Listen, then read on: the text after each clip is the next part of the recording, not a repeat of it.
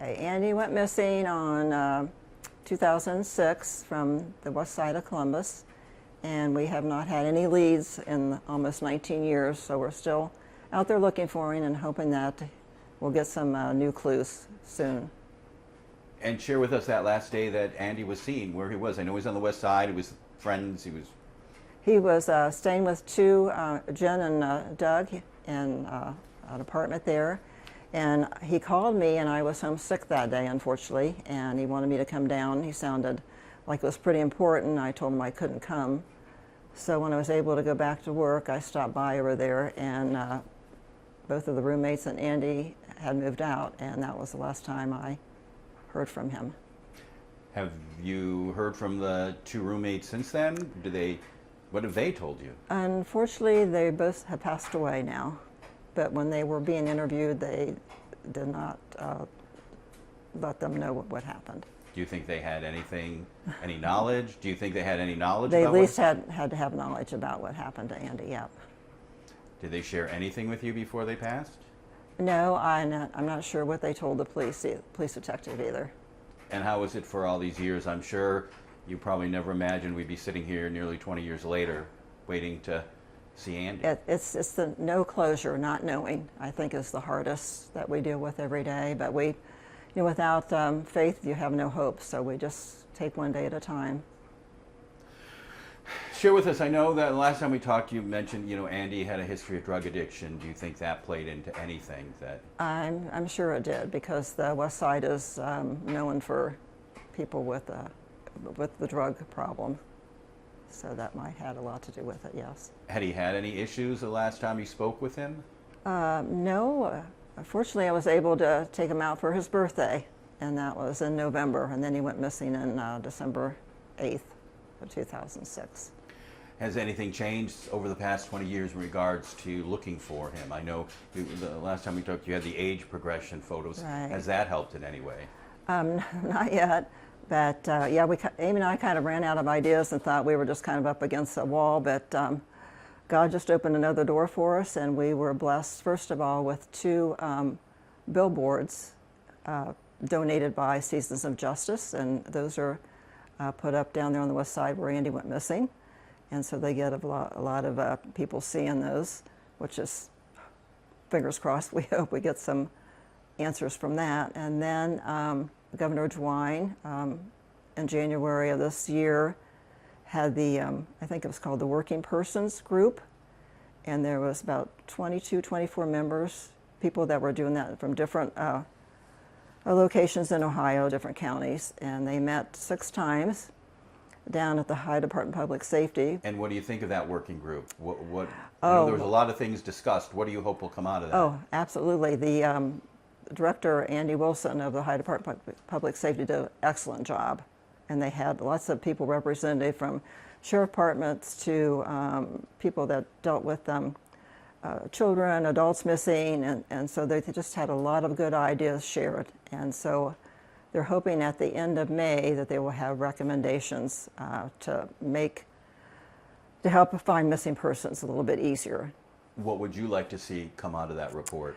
Well, what came out of that report was Representative Christine Conkley and Kevin Ritter. They are introducing the FIND Act, because Ohio did not mandate that missing persons information were entered into the database. And hopefully it's Ohio Bill 217, and hopefully that will make a big difference for other missing families. I guess it would be 30 days after they went missing that information would be entered. Was Andy's information ever entered? It was. His was, fortunately. And right after it happened, or how were you able to get it entered when other families were not? Not till, 4 or 5 years later, when they came to take DNA of from his dad and I. Mm-hmm. And then that's when I don't remember who told me about it, but that's when we did that. We did the dentist records and the DNA, and it's still in the database. But it's really important that Ohio becomes a state that mandates that to be done for future missing children and adults. What was neat is that Christine Conkley, she that was her district on the west side, and she passed those billboards every single day, and that made her want to do something more for the missing people. As I said, we spoke with police and they have no new leads. No. How does that make you feel hearing that? Well, with the missing persons group, they're going to have recommendations on how to have better communication with law enforcement agencies, and that will make a big difference. Do you think better communication is needed? Yes, and they need more training also, and they're understaffed. Like how helpful is it to have other families? You know, I'm sure you lean on them support.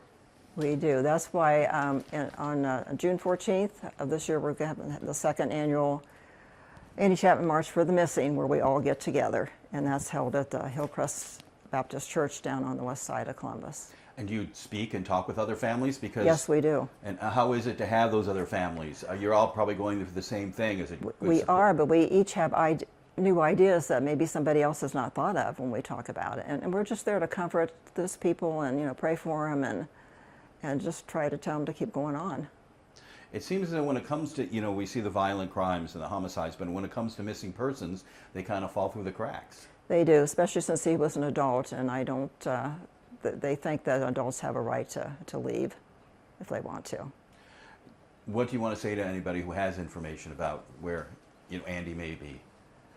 Well, we have a $5,000 reward for any information, and it's anonymous. You're not going to get in trouble or anything, but just please, anything that you have seen or heard, now is the time to come forward.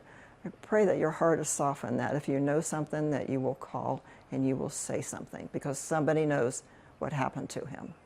And how is it for you, like you said, getting up every day, wondering where your child is? It is a roller coaster. It is.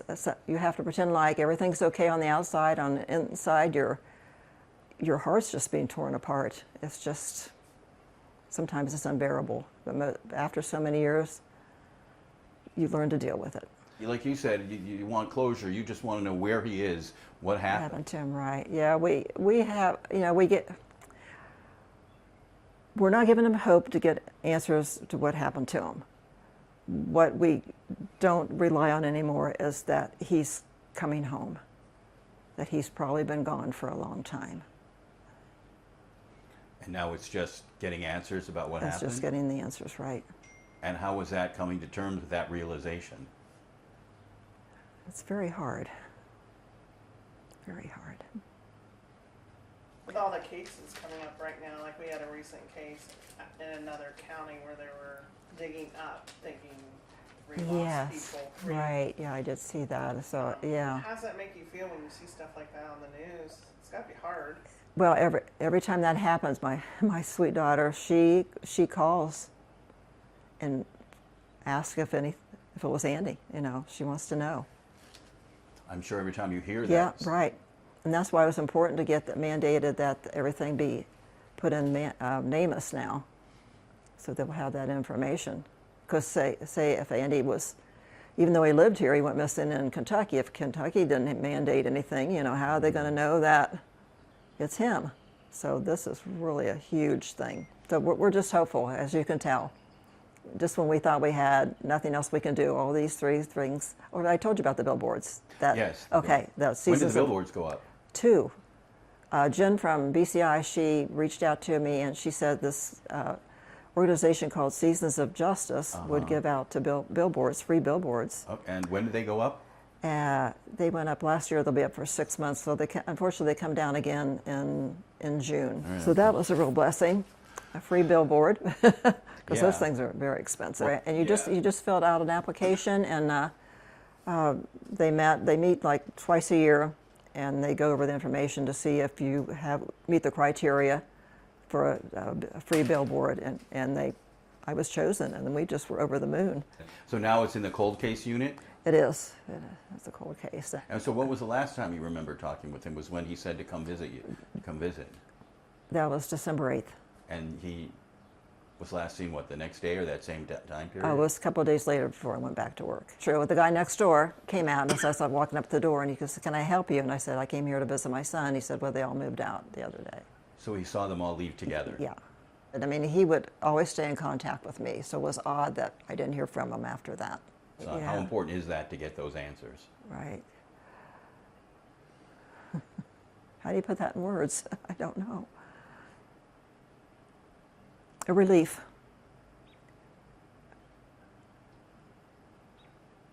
That we're not spending all our energy and our tears and stuff on not knowing what happened to Andy. You know, we can move on and be helpful to other people.